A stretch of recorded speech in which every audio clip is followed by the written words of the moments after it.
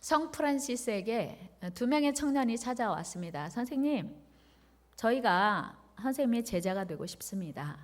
그랬더니 두 말도 하지 않고, 그래? 좋아. 그럼 밖에 나가서 쌓여있는 배추를 땅에 심어. 그런데 배추 뿌리가 하늘로 올라가게 심어. 그렇게 하면 돼. 그리고 다시 나에게 와. 한 명 청년은 네, 알겠습니다 하고 나가서 쌓여있는 배추를 하나씩 심기 시작했어요. 당연히 뿌리가 어디로? 하늘로 올라가게 심기 시작했어요. 배춧잎을 땅속에 심는 거예요. 그런데 한 명의 청년이 이의를 제기하는 거예요. 아니 선생님, 배추 뿌리가 땅속에 들어가야지 어떻게 뿌리를 하늘로 심으라고 하는 겁니까? 저는 못합니다. 그렇게는 못해요. 이 말도 안 되는, 할 것을 시켜야지 말도 안 되는 걸 명령하십니까? 저는 못합니다. 그리고 속으로 이렇게 생각했어요. 야, 저분이 돌을 오래 닦더니 돌았나? 야, 내가 저분의 제자가 되고 싶었는데 어쩔 수 없어. 그리고 그 자리를 떠나갔습니다. 여러분 같으면 어떻게 하시겠어요? 여러분이 만약에 배추 뿌리를 하늘로 향하게 심어라, 이 명령 받았다면 어떻게 반응하시겠습니까? 사실 프란시스가 이 말도 안 되는 무리한 요구를 한 것은 정신이 돌아서가 아니에요. 실수한 것도 아니에요. 잘못 생각해서가 아니라 자신의 제자가 되기 위한 첫 번째 조건으로 일단 무조건 순종하는지 안 하는지 보고 싶었어요. 테스트한 거예요. 갑자기 생각나는데요. 최근에 어떤 회사에서 신입사원을 이제 면접을 보는데 그 신입사원들이 들어오는 길목에 한 사람은 휴지를 놨어요. 그랬더니 휴지를 떨어뜨렸는데 이거 뭐야? 그러면서 발로 차고 그냥 왔어요. 또 한 사람은 커피를 그 문 앞에 쏟아 놨어요. 근데 청소하는 사람 불러서 어떻게 이렇게 큰 회사에 이런 것을 빨리 청소하지 않냐? 빨리 청소해라. 그리고 올라왔습니다. 그리고 세 번째 사람이 올라오는데 그 사람은 휴지를 줍고 커피를 닦고 그리고 올라온 거예요. 세 명의 예비 신입사원들이 자리에 앉아 있을 때 세 명의 선물 상자를 주었습니다. 그리고 그 선물 상자를 열어보라고 했는데 놀랍게 첫 번째 사람은 자기가 발로 찼던 쓰레기가 거기 담겨 있었고, 두 번째 사람은 커피 빨리 왜 닦지 않냐고 빨리 닦으라고 했던 그 커피 닦은 수건이 그 선물 상자 안에 들어있었다고 해요. 세 번째 사람은 어떻게 되었을까요? 합격 통지서가 그 안에 들어있었다는 거예요. 그러니까 그게 면접시험 절차였던 건데 그걸 모르고 평상시 하던 대로 하고 온 거였죠. 프란시스의 제자가 되기 위한 조건이 순종이라면 예수님의 제자가 되기 위한 조건은 무엇이어야 할까요? 하나님의 사람의 자질 중에서 가장 필요한 덕목이 있다면 그것은 무엇일까요? 바로 순종일 것입니다. 오늘 본문에서 부활하신 예수님은 승천하시기 직전에 예수님의 제자들에게 명령하십니다. 그게 바로 예루살렘을 떠나지 말고 약속하신 성령을 기다리라는 것이었어요. 여러분, 예루살렘은 이들에게 불편한 곳이에요. 자기 고향도 아니에요. 예수님의 제자 대부분은 나사렛, 갈릴리 출신들이에요. 그러니까 지금 예수님이 안 계신 마당에는 빨리 고향으로 돌아가야 돼요. 그리고 예루살렘이 예수님을 십자가에 못 박은 곳이에요. 그리고 예수님이 십자가에 못 박았는데 다시 부활하셨으니 예수님을 십자가에 못 박도록 조장한 대제사장과 바리새인 서기관들의 마음이 심히 불편한 곳이에요. 그러니까 당연히 타겟이 예수님의 제자들에게 가겠죠. 그러니까 예루살렘에 머무는 것은 이들에게 대단히 불편하고 참기 어려운 그런 장소였던 거예요. 그런데 예수님의 명령은 뭐였냐면 예루살렘을 떠나지 말고 아버지 약속하신 것을 기다리라는 것이었어요. 그러니까 떠나지 않는 것도 힘든 어려운 순종 명령이었고, 기다리라, 약속하신 성령을 기다리라는 것도 어려운 순종이었습니다. 그때 예수님께서 그 말씀을 하시고 나서 제자들이 이렇게 질문해요. 6절 말씀 우리 한번 같이 읽어요. 시작.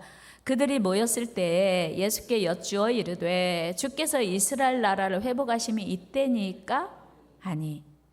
예수님은 지금 얘들아 예루살렘 떠나지 말고 내가 승천하거들랑 약속하신 성령을 기다려. 근데 제자들의 관심은 예수님, 우리가 평소에 볼 때 예수님의 능력이라면 충분히 로마의 식민지로 고통하는 우리 이스라엘을 회복시키실 대단한 분이십니다. 언제 회복시키실 건데요? 그때가 언제예요? 이렇게 질문하는 거예요. 그러니까 제자들의 관심과 예수님의 관심은 전혀 달라요. 그러니까 지금 대화의 포인트가 전혀 다 엇갈리고 있는 거예요. 그랬더니 예수님 뭐라고 대답하시냐면 신경 꺼. 신경 쓰지 마 이러신 거예요. 우리 말씀 한번 같이 읽어볼까요? 시작. 이르시되 때와 시기는 아버지께서 자기의 권한에 두셨으니 너희가 알 바 아니요. 너희는 그거 신경 쓰지 말고 내가 명령한 거나 순종하면 돼 이렇게 말씀하시는 거예요. 그리고 이어서 말씀하시는 명령이 8절이에요. 우리 다 아시잖아요. 시작. 오직 성령이 너에게 임하시면 너희가 권능을 받고 예루살렘과 온 유대와 사마리아와 땅끝까지 이르러 내 증인이 되리라 하시니라. 아멘. 제자들은 지금 마음이 조급한 거예요. 예수님이 십자가에 달려 죽으셨다가 살아나셨어요. 오, 대박. 우리가 예수님 따르기 진짜 잘했네요. 우리 이제 출세할 기회에 오는 거죠. 우리 로마의 식민지에서 빨리 벗어나서 예수님이 왕 되시는 나라 다윗 왕 때 정말 그 명성이 근동에 자자했던 그때 회복하실 거죠. 그럼 저희들은 당연히 한 자리 할 거잖아요. 언제 할 건데요? 그랬더니 예수님 말씀은 신경 쓰지 마. 그때 너희가 관심 두지 마. 아버지가 알아서 해. 그리고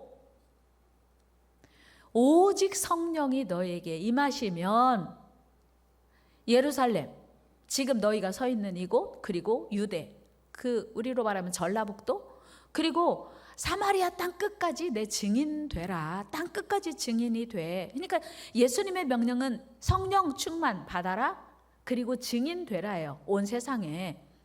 그 제자들하고 전혀 지금 그 대화에 공감대가 없는 거예요. 완전 지금 예수님의 관심과 예수님의 명령과 제자들과는 지금 포인트가 다른 거죠. 3년 반 동안 예수님을 따랐던 제자들은 예수님에 대해서 충분히 잘 알고 있다고 자처했어요. 그런데 제자들은 지금도 아직도 예수님의 중심, 예수님의 본심, 예수님의 기쁜 뜻을 알지 못하는 거예요. 그리고 예수님의 그 초능력, 죽은 자도 살리셨는데 굶주린 5,000명을 한 번에 먹이셨는데 와, 풍랑을 잠잠케 하신 그 능력으로 우리나라를 좀 어떻게 해보시면 좋겠어요. 그러니까 세상의 어떤 일에 대한 관심이 제자들에게 있었던 거죠. 그래서 우리나라를 최고의 전성기를 누렸던 그 다윗 왕 시대로 회복시키시면 좋겠다고 갈망했던 거죠. 그러나 우리 예수님께서는 제자들의 기대와는 전혀 다른 명령, 전혀 다른 기대를 말씀하셨는데 그게 뭐였냐면 성령을 기다려라, 성령 충만 받아라, 그리고 성령 임하시면 증인되라. 그 말만 남기시고 승천하셨어요. 여러분, 성령을 기다리라고 하는 명령이 무슨 뜻이었겠어요? 그것은 주님과 동행하라는 것이었습니다. 여러분, 우리는 시간과 공간의 제약을 받고 있습니다. 제가 지금 2024년 10월 6일 11시 41분에 지금 방주교회 본당에서 지금 제가 설교하고 있어요. 그러면 방주교회 같은 건물이지만 2층 드림홀에서 제가 저를 만날 수 없습니다. 이 시간에 미국에서 저희 아들이 이 시간에 가끔씩 예배를 같이 할 수 있어요. 요즘은 워낙 첨단 하여튼 인터넷 이런 기술로 이렇게 동시간대에 전 세계를, 그래서 글로벌 시대라고 하잖아요. 그렇게 할 수는 있지만 시간은 다르고 공간은 다른 거예요. 그 같은 시간에 같은 그 어떤 컨텐츠를 공유할 수는 있어도 시간과 공간은 다른 거거든요. 예수님도 육체로 계실 때는 갈릴리 바다에서 사역을 하셨고 벳세다 광야에서 사역하실 때는 예루살렘에서 예수님을 만날 수 없었습니다. 예수님께서 예루살렘에서 사역하실 때는 갈릴리에서 예수님을 만날 수 없었어요. 그런데 예수님께서 요한복음에서 뭐라고 말씀하시냐면 내가 떠나가는 게 너희에게 유익이야. 이게 뭐냐면 지금 우리가 인터넷으로 전 세계를 이렇게 같이 같은 컨텐츠를 공유할 수 있는 것처럼 비교할 수 있을까요? 성령이 우리에게 오시면 시간과 공간의 제약을 받지 않고 우리와 동행하시기 때문에 예수님이 떠나가시고 우리에게 오시는 성령 하나님이 우리에게 더 유익이고 우리에게 훨씬 더 필요하다 말씀하세요. 우리 말씀 한번 읽어볼까요? 시작. 그러나 내가 너희에게 실상을 말하노니 내가 떠나가는 것이 너희에게 유익이라. 내가 떠나가지 아니하면 보혜사가 너희에게로 오시지 아니할 것이요 가면 내가 그를 너희에게로 보내리니. 아멘. 그러니까 떠나가는 것이 유익이라. 제자들의 생각에는 무슨 말씀이세요? 예수님이 계셔서 예수님이 우리를 유익하도록 일하세요 라고 하는데 예수님은 내가 떠나가는 게 유익이라 했어요. 여러분, 하나님은요 삼위 하나님이라고 하잖아요. 성부 하나님, 성자 예수님, 성령 하나님. 그러니까 같은 하나님이신데 본체이신 하나님의 역할에 따라서 이름이 다르고 그 사역이 다른 것을 예수님이 말씀하신 거예요. 육체로 계신 예수님은 시간과 공간의 제약을 받지만 성령 하나님은 우리에게 시간과 공간의 제약을 받지 않고 또 예수님이 나와 대화를 나누시면 예수님이 그 변화산에 야고보와 요한과 베드로를 데리고 올라가셨어요. 나머지 제자들은 산 아래에 있었어요. 그 공간의 제약을 받는 거예요. 그런데 이제 성령 시대가 오면 예수님이 떠나가시고 성령 하나님이 우리와 함께 하실 때는 나와 함께 하시는 주님이 여러분과도 동시간에 같이 하실 수 있는 거예요. 이게 성령의 유익인 줄로 믿습니다. 그러니까 전 세계 어느 곳에서 기도하든 똑같이 하나님이 동시다발적으로 역사할 수 있는 것이에요. 여러분, 우리 주님은 우리에게 이 놀라운 은혜, 이 엄청난 은혜를 주시고 싶어 하셨던 거예요. 사실 이 동행의 은혜, 임마누엘의 은혜를 입기만 한다면 제자들의 삶은 그들의 생각보다 기대보다 훨씬 더 멋진 삶이 될 것이었어요. 이때 자기들의 생각과 기대와 전혀 다른 명령을 하신 예수님의 말씀에 대한 제자들의 반응은 무엇이었습니까? 이런 거예요. 제자들은 지금 예수님, 저희에게 그래도 우리가 3년 반 동안 예수님 따랐잖아요. 그러니까 한 자리 주세요. 출세하게 해주세요. 이런 거였어요. 그런데 예수님은 그 기대에는 전혀 반응하지 않으시고 성령 받아. 그렇게 이야기하신 것이었어요. 여러분, 보통 어떤 명령에 대한 반응이 두 가지예요. 우리 해피데이 합니다. 그러면 반응이 두 가지예요, 당연히. 예, 알겠습니다. 열심히 전도하겠습니다. 또 해도 안 돼. 소용없어. 힘들어. 어려워. 목사님은 아세요. 두 가지 반응이에요.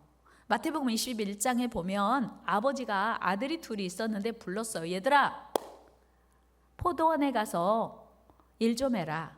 큰아들에게 먼저 명령했어요.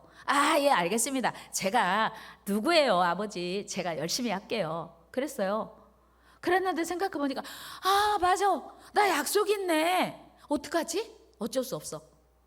아버지한테는 좀 죄송하지만 아버지한테 말도 안 하고 자기 볼일 보러 갔어요. 둘째 아들을 불렀어요. 야, 둘째야, 너 포도원에 가서 일 좀 해. 아버지, 저 안 해요. 힘들어요. 바빠요. 못해요. 왜 맨날 저한테 일만 시키세요? 아버지, 저는 일로 보여요? 그리고 안 간다고 했어요. 그런데 생각해 보니까 아버지가 그 포도원 가꿔서 열매 거두면은 누굴 위해서 쓰시겠어? 다 나를 위한 건데 가서 일해야지. 그리고 갔어요. 예수님 말씀하시기를 둘 중에 어떤 아들이 순종했냐는 거예요. 여러분, 어떤 아들? 첫째, 둘째? 저는 이 성경 읽을 때마다 아쉬운 거예요. 처음부터 대답도 큰아들처럼 네 알겠어요 아버지 갈게요 하고 둘째처럼 진짜 가면 얼마나 좋아요. 그런데 왜 첫째는 간다고 하고 안 가고 둘째는 안 간다고 하고 가고. 저 생각해 보면요, 이 이야기가 순종에 대한 얘기, 불순종에 대한 이야기가 아닌 걸 제가 깨달은 지가 얼마 안 됐어요. 아쉬운 거예요. 왜 처음에 대답도 간다고 하고 진짜로 가는 셋째 아들은 없나 성경에. 그 이야기가 아니고 이런 거였어요. 너희 힘으로는, 우리 힘으로는 온전한 순종이 어려워. 제가 생각해 보니까 저도 하나님이 늘 감동 주세요. 기도해야지 않아? 하나님 더워요. 좀 이따 할게요. 너무 더워서.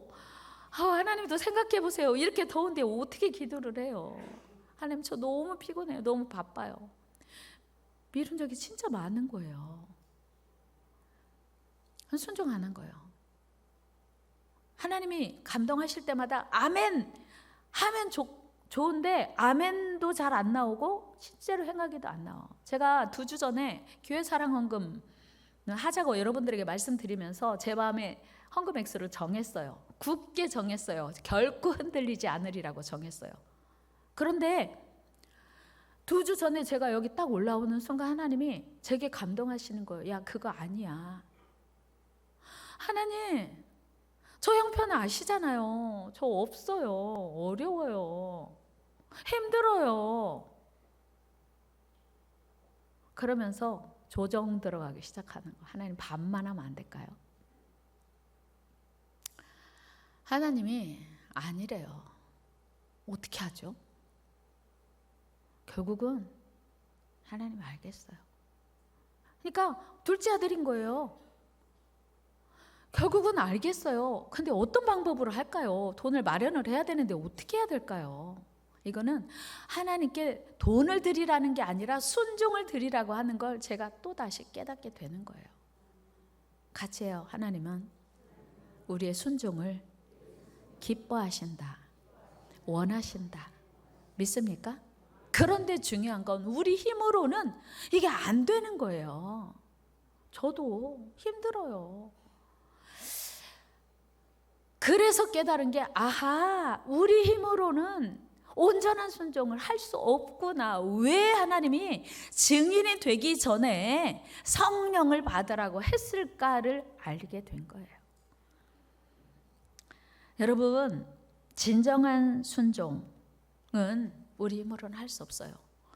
우리 조상 아담과 하와가 불순종의 대명사잖아요. 불순종해서 에덴 동산에 쫓겨났잖아요. 그러니까 우리는 아담과 하와의 DNA를 다 받았어요. 옆 사람에게 이야기해요. 불순종의 DNA가 있으시군요. 집사님에게도 성도님에게도 불순종의 DNA가 우리 안에 있어요. 그래서 성령 충만하지 않고는 절대로 결단코 순종하며 살 수가 없는 거예요.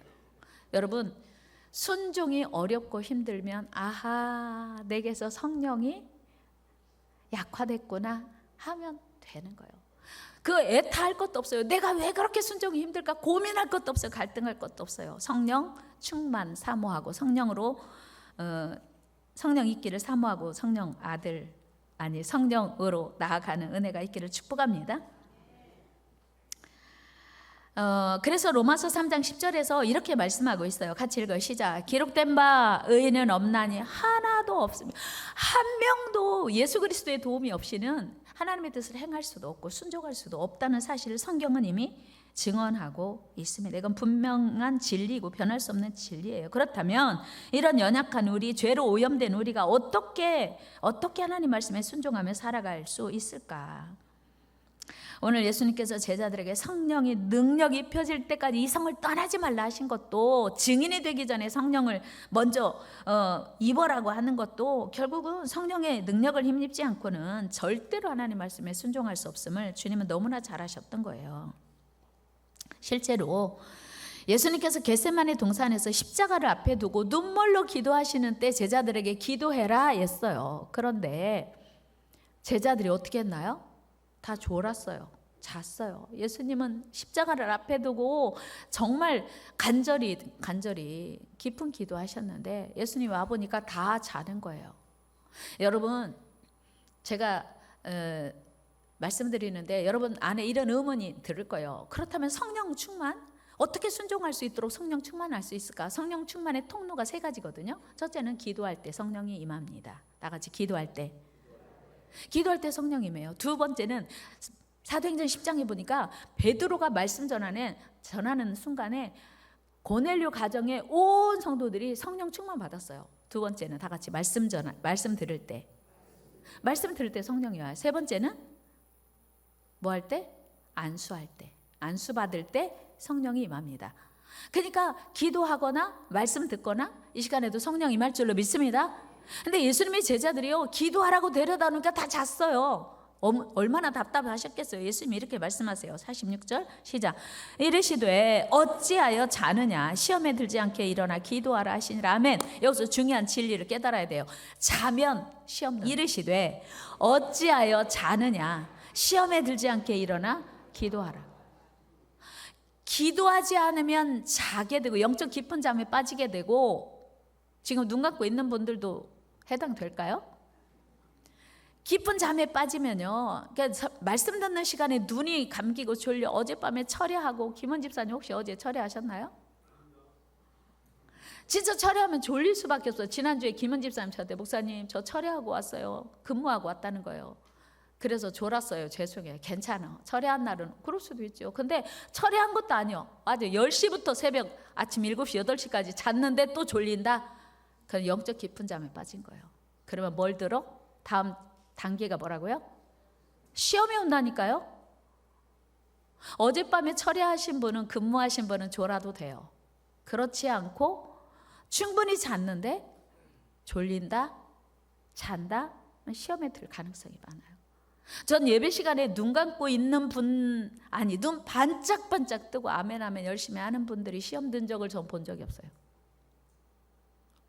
예수님 말씀하셨잖아요. 어찌하여 자느냐, 시험에 들지 않게 깨어 기도하라. 근데 제자들이 다 잤어요. 그래서 예수님 십자가 밑에서 다 도망간 거예요. 시험 든 거죠. 예수님이 분명히 십자가 지고 죽을 거야, 그런데 다시 살아날 거야, 분명하게 말씀을 하셨어요. 누가복음 9장 22절 말씀 읽어요. 시작. 이르시되 인자가 많은 고난을 받고 장로들과 대제사장들과 서기관들에게 버림받으여 죽임을 당하고 제3일에 살아나야 하리라 하시고, 분명히 내가 죽을 거야, 그런데 다시 살아날 거야 말씀하셨거든요. 부활을 예고하셨다고요. 그런데 제자들이 예수님 죽으니까 끝난 줄 알고 다 도망갔어요. 왜요? 예수님이 기도하라고 할 때 제자들이 다 잤어요. 왜 너희들 자느냐? 그러면 시험 들 수밖에 없어요. 다 도망갔어요. 그리고 예수님의 부활을 잊어버렸어요.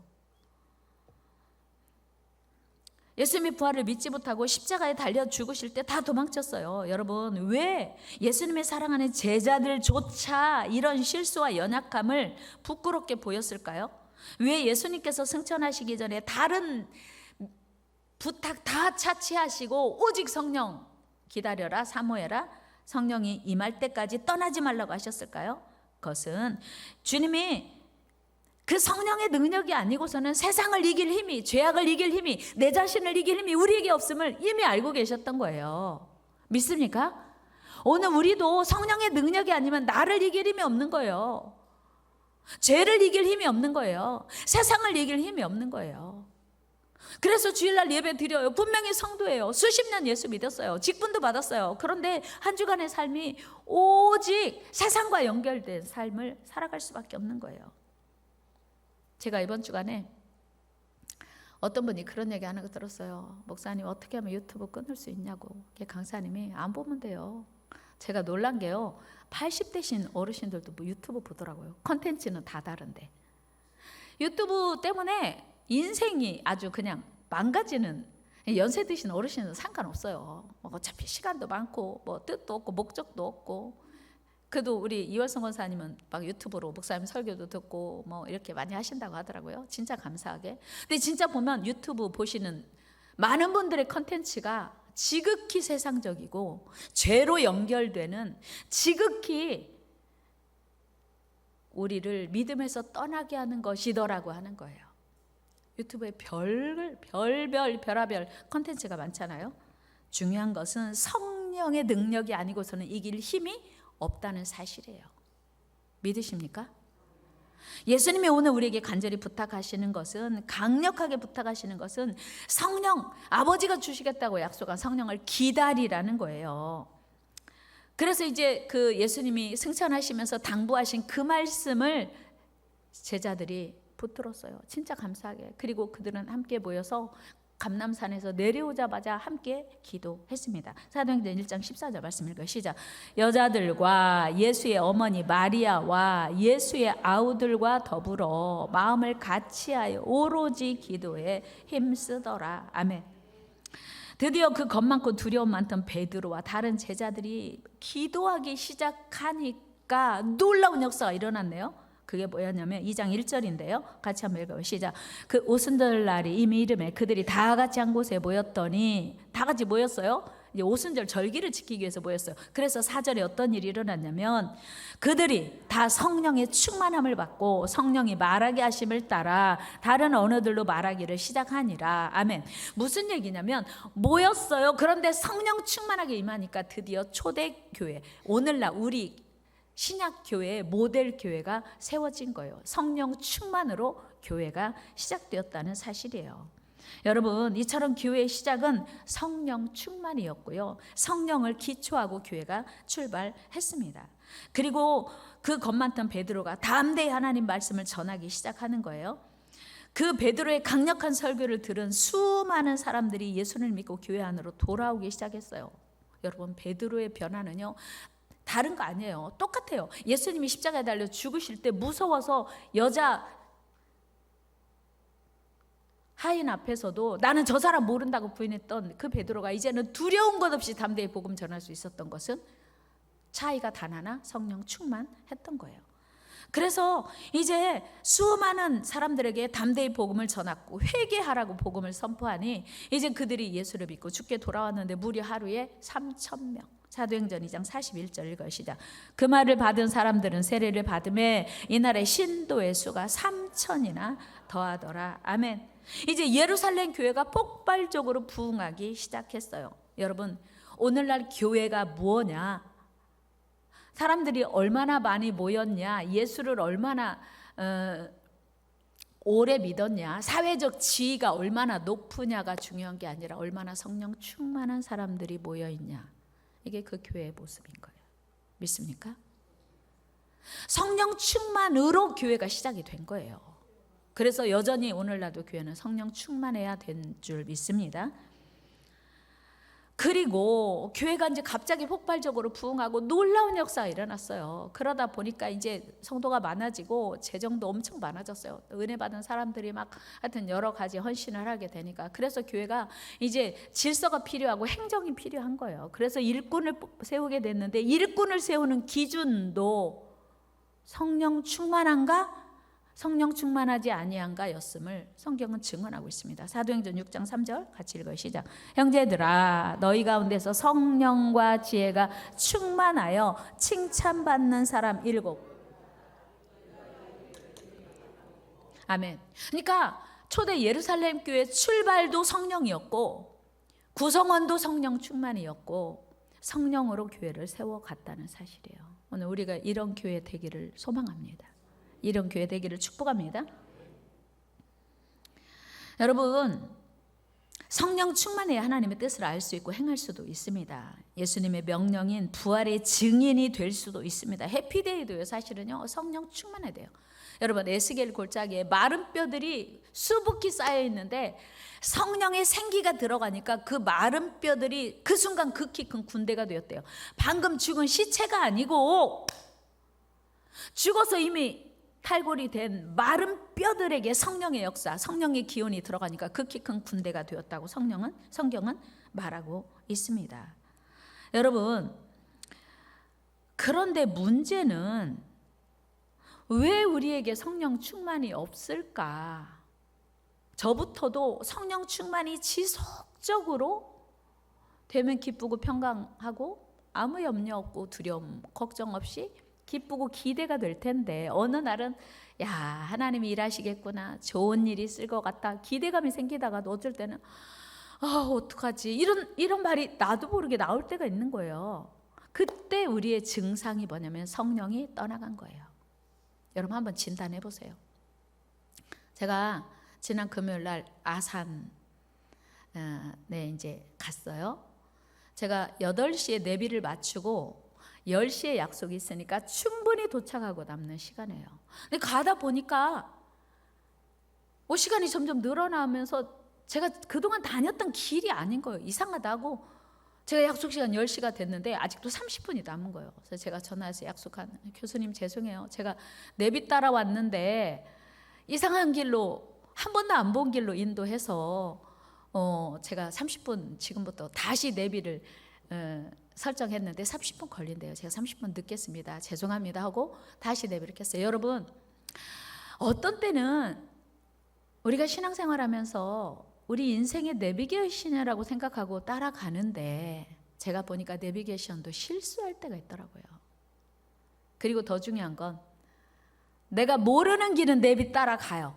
낯선 길은 내비 따라가. 간절하게 내비가 뭐라고 말하는지 막 노심초사하면서 그 내비 한 말도 놓치지 않으려고 해요. 그런데 아는 길이 나와 바로 경로 취소해. 시끄러워.